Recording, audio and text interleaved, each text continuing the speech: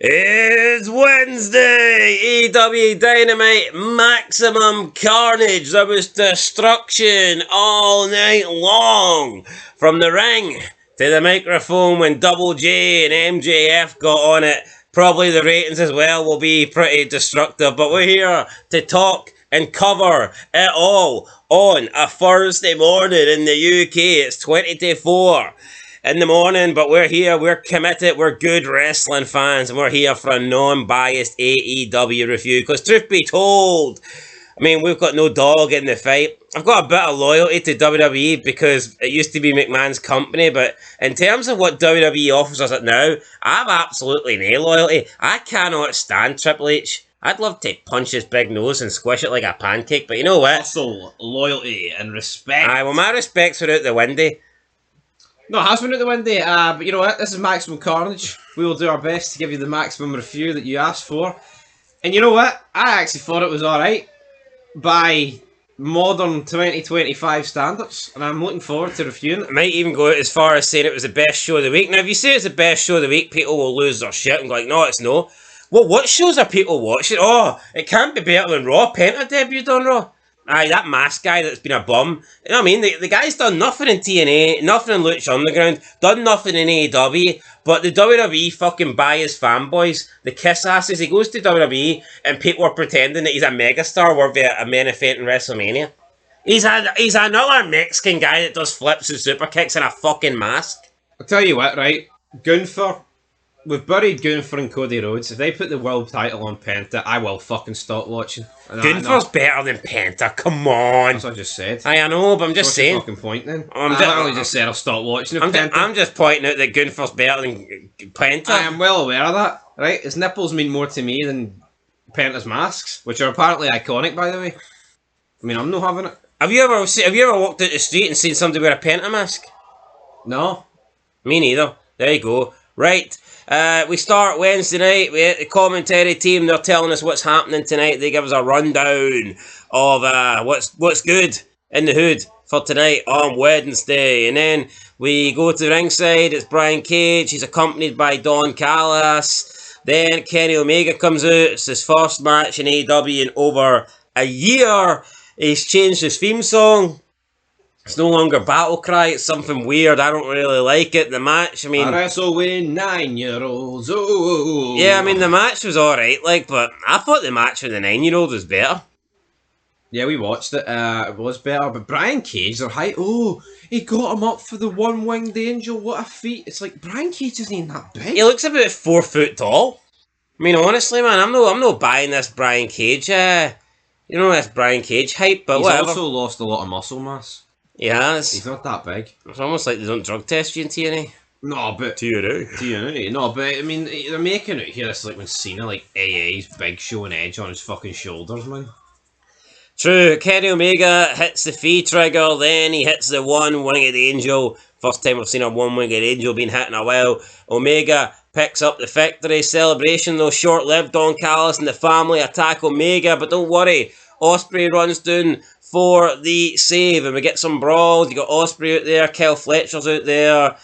Take a Shitter makes his way down to the ring. He starts battling with Omega. They put over the fact that Take a Shitter beat Omega twice in 2023. Then we get Omega and Kenny. Oh yeah, it's Omega. We get Omega and Ospreay clear the ring, and that's really it. So, aye. Tell you what, right? You don't like Omega. I don't like Omega. But AEW is better when he's there. Because he's one of their top guys. You know what I mean? I guess. No, I don't think he's... I don't like him. You don't like him.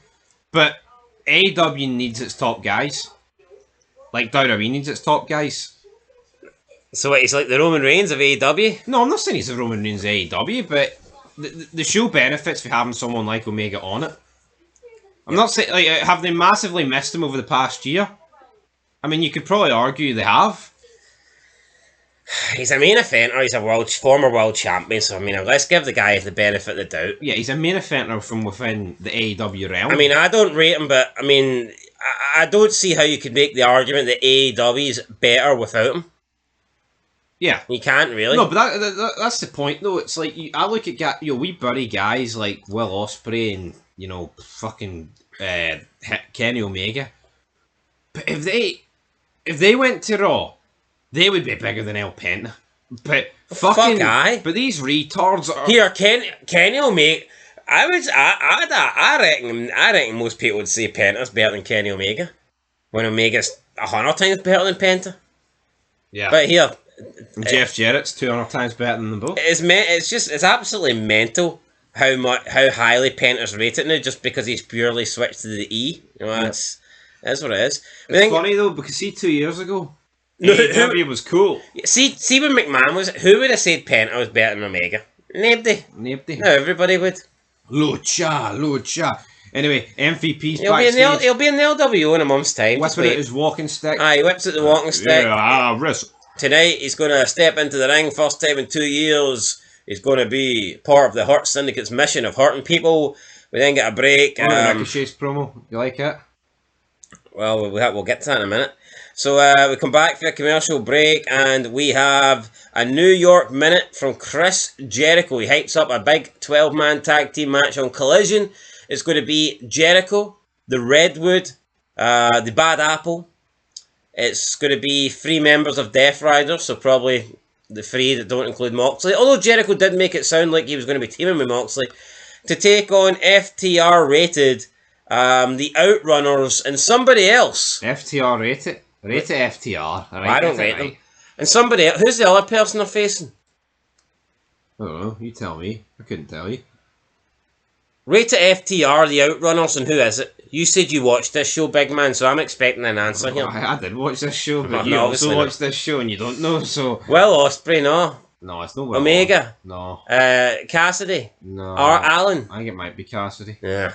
Shite. Does it really matter? So, 12 man... But look, when did WWE give you this? At least, to be fair, to give Tony Khan the benefit of the doubt, he puts his top guys on TV and he puts them in big matches all the time. Yeah. Yo, there's no reason why on SmackDown, right, heading into the Rumble, you couldn't get or Raw on Netflix.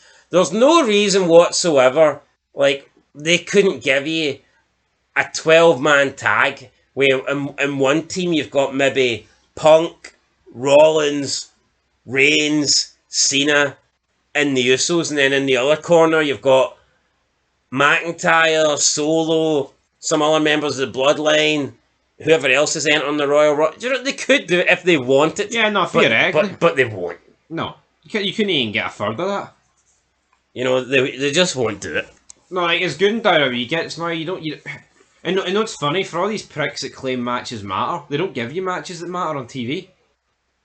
No. They did it Netflix premiere. They went out all out for that. Yeah, I've given them credit. I mean, I don't think you could ask for much more. Yeah. But why can't we get that every week? You could get The Rock versus Cena on Raw, but I'm not expecting CM Punk, Seth Rollins, and Roman Reigns, Solo Sikoa quality matches every week. But why can't we get something close to it? Yeah. Why does Roman Reigns only wrestle on TV once every 2 years? No, but especially in the road to Mania. Why is that Punk's first Raw match in since 2013? First singles match? Why is that? Because it's scary, mate. That's why. Anyway, let's move on. Anyway, Jericho said a bunch of nothing. It was alright. It was alright. He said Wheeler was going to be on Take a Kneeler. And come on. Jesus Christ. Some pishwood come out. And something about Dax Hardwood is the bad wood or something. No. Jericho, Keith what Lee you did? Dropped a few F-bombs. Just retire. It's not Keith Lee. Oh, Brian Keith. Aye, that's it. Keith Lee's the big fat guy that Triple H is cooking. Is he? Yeah, he lost a lot of weight. Maybe my IM's not cooking meals anymore. He's cooking Triple H meals. That's why Triple H's nose is getting bigger. Right. It's fucking growing. Humongous. What do you feed a nose? Cocaine. Well, Triple H must be on cocaine if he thinks he's booking a good show. Share a bag with him. One snort and it's gone. Fucking Steve Blackman's duffel bag, man. Fucking 40,000 kilos worth of cocaine. Triple H has fucking launched it all. Fucking 3-minute warning. The 3-second snort, man. It's all gone. Anyway, right. Cable and all. Devon. Anyway, Ricochet comes out, cuts a promo. This was bad. Yeah, it wasn't that great, to be honest. I mean, He he did. defended him in the preview. I said he cut a promo. He didn't really. He tried to speak and the crowd booed. I actually can't stand Prince Nana. Prince Nana comes out, hits Ricochet with a chair. I get it. Prince Nana's a man, a grown man, Is he? somewhat. I use the term loosely. But Ricochet sold it as if he'd been hit by fucking Hulk Hogan. Well, actually, no, it's a terrible Hulk Hogan. I was thinking of the Pythons, but then I remembered Hulk Hogan delivers the worst chair shots in wrestling history. Ricochet's the sort of race he might deliver a pretty good Well, one. I mean, he'd maybe wind up the band for Ricochet, I don't know, but he delivered a chair shot like fucking JBL or something, I don't know. Undertaker on Vince or Hardy Stevie on Brock. Richards. Aye. Biggs, I'll show you, you'll see. You know, it's not like he delivered that kind of chair shot, man. He just hit him and then Ricochet went down as if he'd been shot. Then Swerve came out with a chain. Ricochet bolted and Ricochet ran out the fire exit doors into the snow. I mean, that's what it is. Wasn't great. Right. Then we got a video package, a day in the life of the CEO, Mercedes Moné. I believe she's now got 3 belts. Didn't see any of them though. Didn't bother showing up. A video package. Pretty lazy. But what I would say is, I mean, it's not like she wasn't on the show due to Tony Khan not trying. I think it's just because it's a 2-hour show and I mean, he had quite a lot of stuff on it, so maybe he just felt like it wasn't necessary.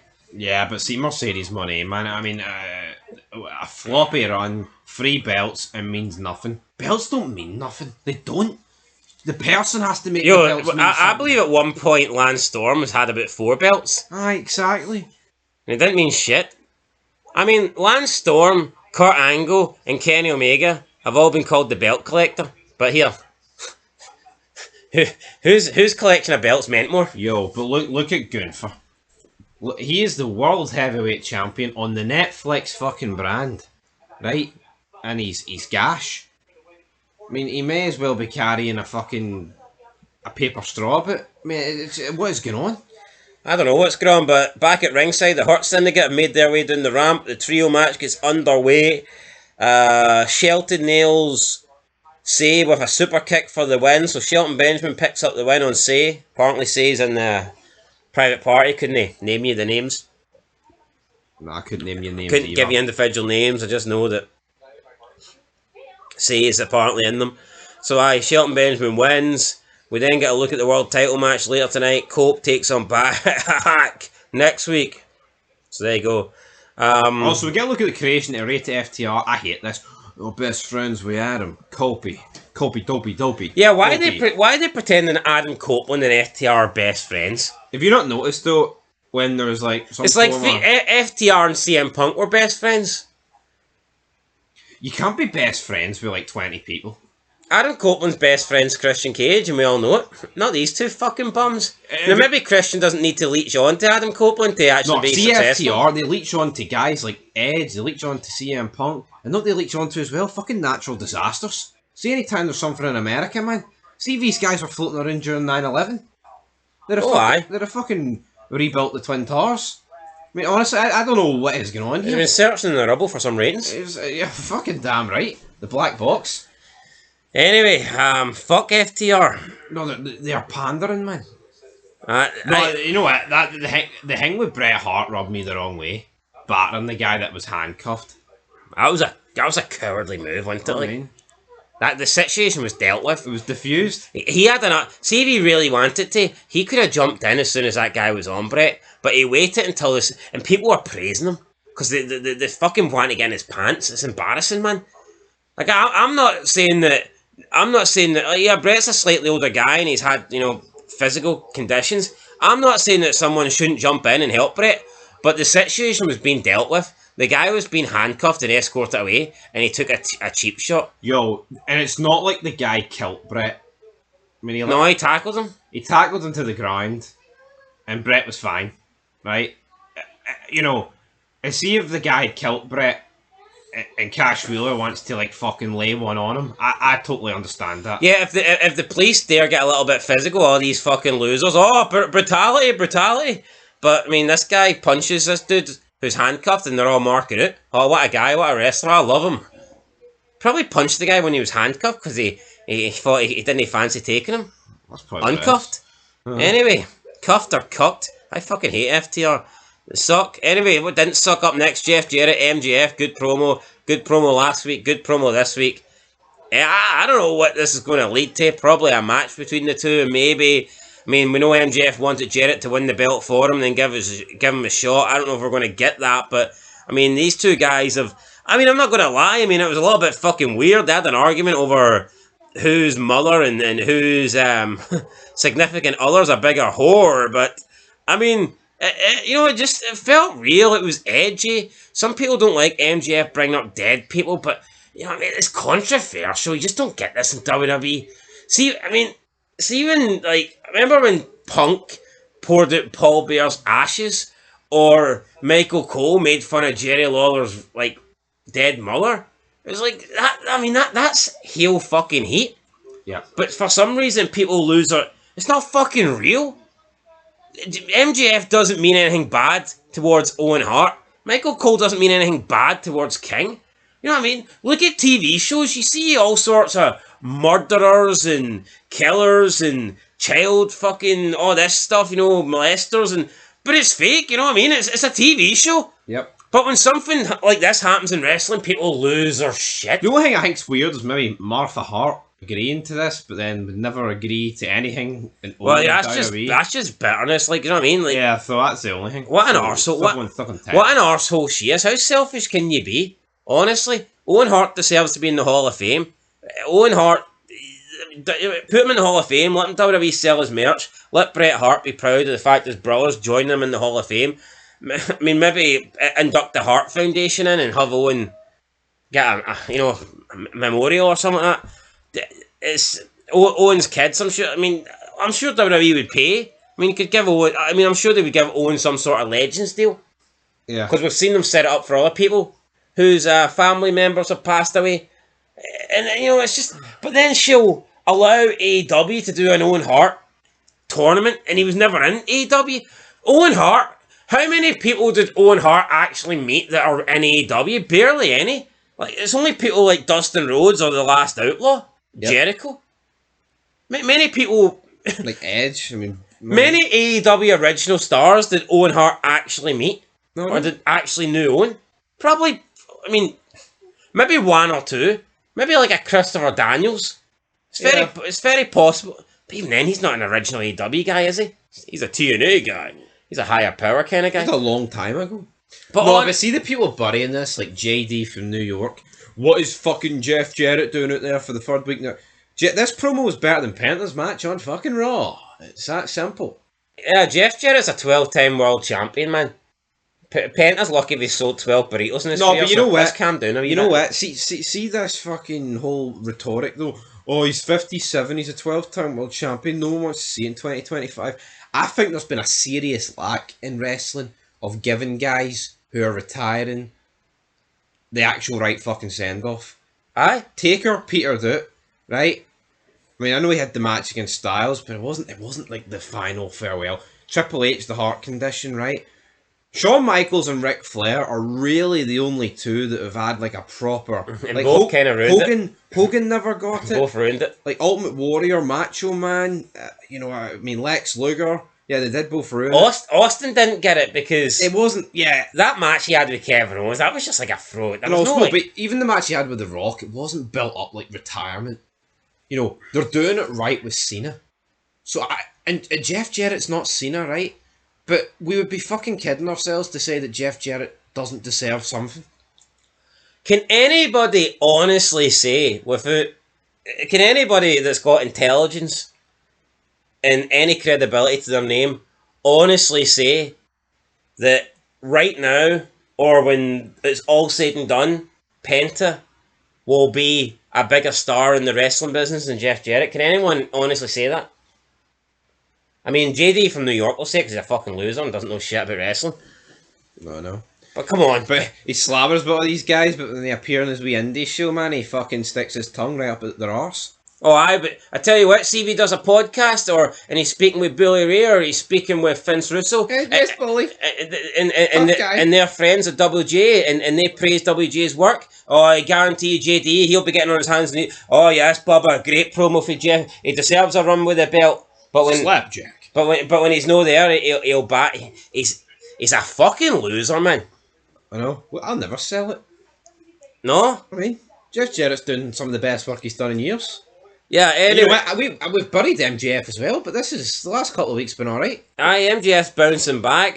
Jeff Jarrett says that he ain't gonna get upset by MJF's remarks. He said he was MJF before MJF was MJF, and he says he was even better than him. The crowd are chanting MJF's R scumbag, but then Jeff Jarrett talks about going tit for tat, called him a coward. MJF says he's not scared, and he talks about sending Jarrett home, but he wants him to leave his wife around because he'll treat his old MILF to a good time before sending her back to Texas. And I mean, then we had Jeff Jarrett return the favour, and he was basically saying that MJF's mother was a whore, and even when she conceived MJF, she still made his daddy pay for it. MJF's like, well, I didn't need my daddy to pay for a wrestling company to make me a champion. I got over because of me. And I got over because of William Regal and a deleted email that he didn't read. I'm just a little Jew boy. And then we had Jeff Jarrett say that, well, you know, you may have been doing 60 minutes in the ring, but your girlfriend was doing 60 minutes in the back. She was having her own classic with 10 of the guys. So, I mean, I don't know if there's any truth to that or Jeff Jarrett was just throwing it out there. It was a bit weird. But then MJF comes back with the whole Owen Hart. You think you're relevant because of Owen Hart. You're leeching off the coattails of a deceased friend. And we see Jarrett getting a bit upset by this. I thought he was honestly going to reference like something to do with Owen.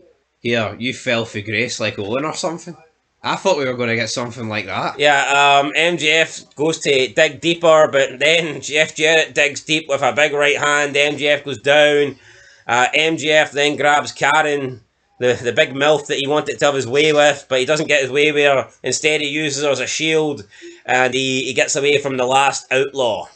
Jeff Jarrett was ready to pull out the guns and shoot Cowboy, but MJF there made it his way to the back, so I thought it was a good promo. I enjoyed it. You know what? It feels edgy, right? And see the fact they were like talking about women and that demeanour. Nothing. They wouldn't do that in WWE. It's so refreshing. Never happened, man. WWE is so politically safe and correct, man. It's tough. See WWE, man. I think you need to be a simpleton to enjoy it. You do. As bad as AEW can be. See if you're going to get anything reminiscence of like Attitude Era or Ruthless Aggression, it's going to happen in AEW, man. Yeah, I mean here you or had, TNA. Here you had a dead guy getting buried, and you had them both making fun of each other's like wives, girlfriends, and mothers, calling them whores. But Triple H, he won't do that. He'll push the women. He'll give them equal ring time. He'll bring them at mid card belts. Tell you what, people say Tony Khan's turning into Vince McMahon more and more every day, and I'm all for it. I know. If we can't get Vincent Kennedy McMahon, can we at least get Tony? Vincent Kennedy McMahon. Aye. Vincent Tony McCann. McCann. Anyway, I really enjoyed this. You know, I think Jeff Jarrett easily cutting better promos than the fucking Rock these days. 100%. Can't believe I'm saying that. The last outlaw. No, but it just show like see the Rock coming out, man, and just dropping F-bombs and saying strip club. You need substance. You can't just No, but the Rock saying strip club. He thinks he's won. He thinks, oh, great pro and the WWE marks, they eat it up. Yep. All the Rock has to say, I mean, the Rock's, look at the state. He slapped the page in that. He probably went to a gay club. It was a strip club, but it was fucking other men naked. Yep. No, but you know what I mean? The Rock's never going to say, I went to... What's that guy called? Big Dick Johnson? Aye. No, but you know what I mean? He says strip club, but he's never going to dive into it. He's never going to go, strip club, and there was women there, and, you know, with the big pies. That's done. You're not going to get that in WWE. That's finished. I mean, he can slap Ethan Page in the arse, but he ain't going to slap a female in the arse. Nope. But Rhea Ripley can slap her arse and Michin can twerk, and I mean that's great empowerment. But you can't have a guy. God forbid, man. You have a guy date. You know what I mean? That's what it is. It's a television show, damn it. It's a load of fucking shite. Anyway, Christian Cage versus Hook. Match ends on an ODQ. Just doesn't really do it for me. Did not care. I didn't care. Taz is green. Am I supposed to sit here and watch my boy get battered? No, you ain't, because Samoa Joe comes out, down out. I think AEW's dropped the ball big time with Joe. I know they made him world champ, but I don't remember it. Doesn't feel relevant to me. It felt flatter than they are from AJ Styles' perspective. You don't want none. Anyway, Patriarchy beat him up. Joe See if came the out. Earth was flat, though, how did Styles get to Japan so quick on his wee fucking planes? You know what I mean? Bullet train? Did that ever fucking... Takes like a bullet train. Well, from LA to fucking Tokyo? Aye, why not? Alan Jones, man. Fucking walking... Hold on. This guy wrestled in a six-sided ring for years, but he thinks the Earth's flat? Doesn't make any sense. I know it doesn't. Come on. AJ! If a ring can have 6 sides, then surely the Earth has to have at least a couple of, I don't know, shaped That's plenty. sphere kind of, you know. Yeah. Anyway, right, video package followed last week's casino match. Powerhouse Hobbs won it, good for him. We come back for the break. Dustin Rhodes is talking to Jeff Jarrett. Says we've been doing this road together. We've grind up against each other. I mean, We've grind our asses. I mean, see if Dustin cut this promo, The Rock would get excited. I know. Easy, big fella. I mean, the one talk of Goldust's ass fucking grinding in The Rock. Easy, big fella. No. But they're on the Johnson. I mean, come on. He said he's behind Jarrett's dream of becoming a world champ, and he stands behind him against people like MJF. So we got that. Then Mariah May came down ringside looking hot. But there's hotter women in it. Look, there's women in NXT that wear ring gear and just come out to wrestle. Mariah May's coming down looking feminine wearing a dress. It's very fucking different here. Showing a lot of cleavage, may I add. I mean, if people can't see the difference, then I don't know what to tell you. Yeah, NXT's... you know what? Tony Khan can't do anything right in these guys' eyes. No, I mean, Tony Khan is... I feel bad for Tony Khan. People have completely shat on him ever since McMahon left. Yeah, I know. And you know what? See if WWE got better, I could accept it. But it's got worse. Albeit AEW's got worse as well. I'm not going to sit here and pretend that AEW's the best it's ever been. No, AEW has got worse, but people have just... it's like Triple H is the new toy, and they've just thrown Tony Khan... I mean, maybe that's karma, because Tony Khan used to do that with his new WWE toys. Remember, he'd get the guys in for WWE and he'd play with them for about 2 months and then get somebody else in and chuck them away. The fans have chucked Tony Khan away. It's just incredible. The guys that would kiss Tony Khan's ass now spend 2 hours every Wednesday in Collision, burying the show, with tweets and videos and live streams. I'm looking at you, JD from New York. You fucking fanny. Maybe the checks dried up. Maybe Triple H is giving them checks. Must. Maybe he's gay for Triple H. Maybe him, Triple H and The Rock all visit the same fucking gay strip club. Aye. Anyway, right. Up next it is the gauntlet match. Winner gets a shot at Australia. Pretty predictable. I did predict Toni Storm to win this, and she did win it. I mean, I don't know if she's wrestling like shite on purpose, but she came in and delivered 4 or 5 consecutive snapmares, followed by 4 or 5 consecutive shoulder blocks. Now, I don't know if that's a rookie moveset. That's a rookie moveset. I mean, fair play for keeping the gimmick going. Now, Mariah May's cheering at ringside when Toni Storm wins because she believes that she's facing a rookie and it's going to be an easy title. So, I mean, yeah, congratulations for sticking to it. I don't know if it makes much sense. I can understand Toni Storm having amnesia and her thinking she's new, but why is Mariah May buying into it? Can someone explain that to me? No, but at least there's a bit of story into it. No, but why is Mariah May believing it? No, it's a bit retarded, but here, I'll take it. Mariah May pointed out that she beat Timeless Toni Storm and that she didn't beat Rookie's Toni.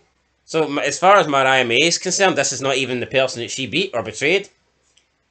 Good shit. And obviously, Tony Schiavone, he's taking it bad because Schiavone's awful. I'm sorry, see on commentary, man, this guy's fucking wank. He needs to go back to interviews. Oh, he's taking it bad because him and Toni Storm are really, really tight, so Or is it him and Britt Baker that's tight? I think he likes Tony as well. He's Maybe fucking tight with all of them. He's a weirdo. it's like CM. He's like the CM Punk of AEW, isn't it? I know, but he's shite. I bet you he wouldn't. I mean, if he's slapping sweet cheeks, I bet you.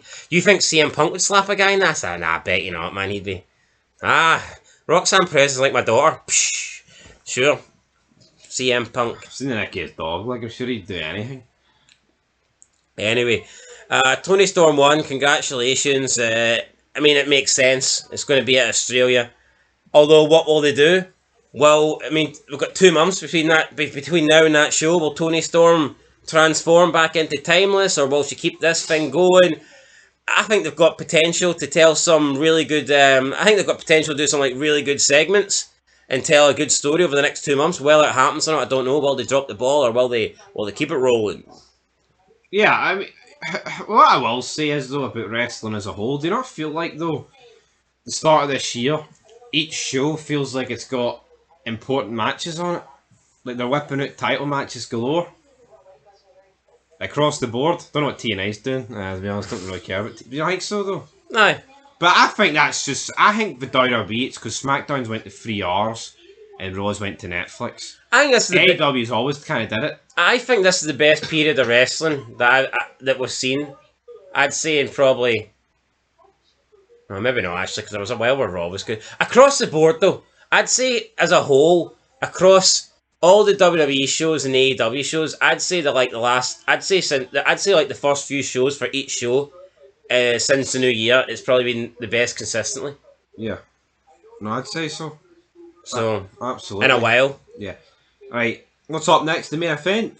Yep. Powerhouse Hobbs takes on John Moxley. We had Pac and Claudio at ringside. Moxley makes his way in for the snowy outside. We had Hobbs biting the ear of Moxley. This looks like his throat gets slit or yeah, something. I mean, Moxley's completely busted open. We have the Death Riders getting involved. Yeah, Neville, the bastard Pac. The Wheeler Yuta in there. You Claudio, Marina Shafir interfered, and obviously there's nothing Powerhouse Hobbs can do. She hit him with the briefcase. He kicked out. Moxley hit the pyramid shift or the paradigm shift, and he kicked out. And then Moxley locked in the sleeper hold, and he got the win via, I guess, pass out submission. I mean, I think having a sleeper hold as your finisher shite. I'm sorry. Yeah, Bob Backlund has it. That's something that you can do in the 80s, but Bob Backlund, he did it in the 90s, didn't he, I guess, as well, for a wee bit. But yeah, but he did it in the shite period of the 90s. Aye, when wrestling was dying. So, look, I mean, come on, I just don't think Guess what, guys? Wrestling's dying. But here, remember Gunther did a period? Oh. And remember he stopped that? I remember he won on Raw with it, and the show went off the air. Who was that against, Sami Zayn? I think it was Uso. Aye, and the show ended with him in the chokehold. I know. The credits just popped up. He'd put his opponent to sleep and everybody else at home as well to sleep. Anyway, he wins and the Death Riders beat him down, but we get Adam Copeland, baby. Rated FTR, they come down to make the save, and the Death Riders leave and they run off, and in the ring you've got Rated FTR helping Powerhouse Hobbs back to his feet. So that was your Dynamite, guys. Good promo, very good promo with MJF and Jeff Jarrett, a real promo. Main event was decent, I guess. The women's gauntlet match was decent, I guess. Joe came back. We had the return of Samoa Joe. King of New York. Kenny Omega match was decent, I think. Dustin Rhodes gave Jeff Jarrett a decent wee pep talk. I didn't care for Hook Christian. No. I didn't care for the Hurt Syndicate 6-man tag. I didn't care for any of that shite. But other than that, I thought everything else was passable. I thought it's not the worst Dynamite I've seen. Gotta give it praise here. You know what, I'll give it a 4 out of 10. I think Tony Khan's...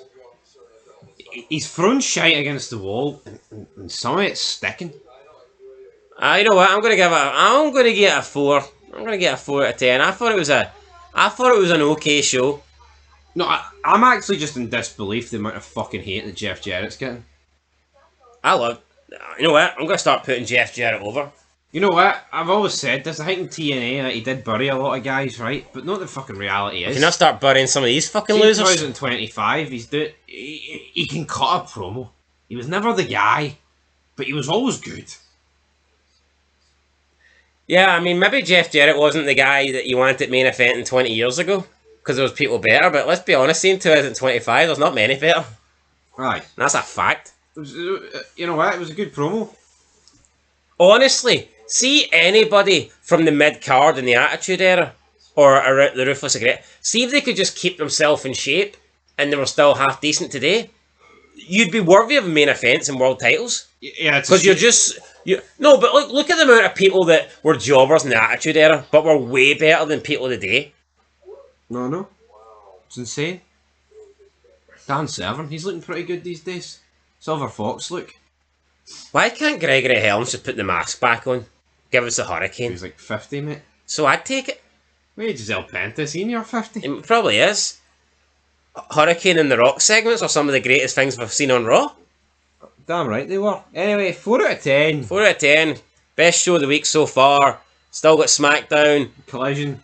Oh, and I believe 3 people commented we want TNA watch TNA Fog, so that means TNA coming to Cross the line. We'll cross the line into TNA territory, but that's it. Till next time, 4 out of 10.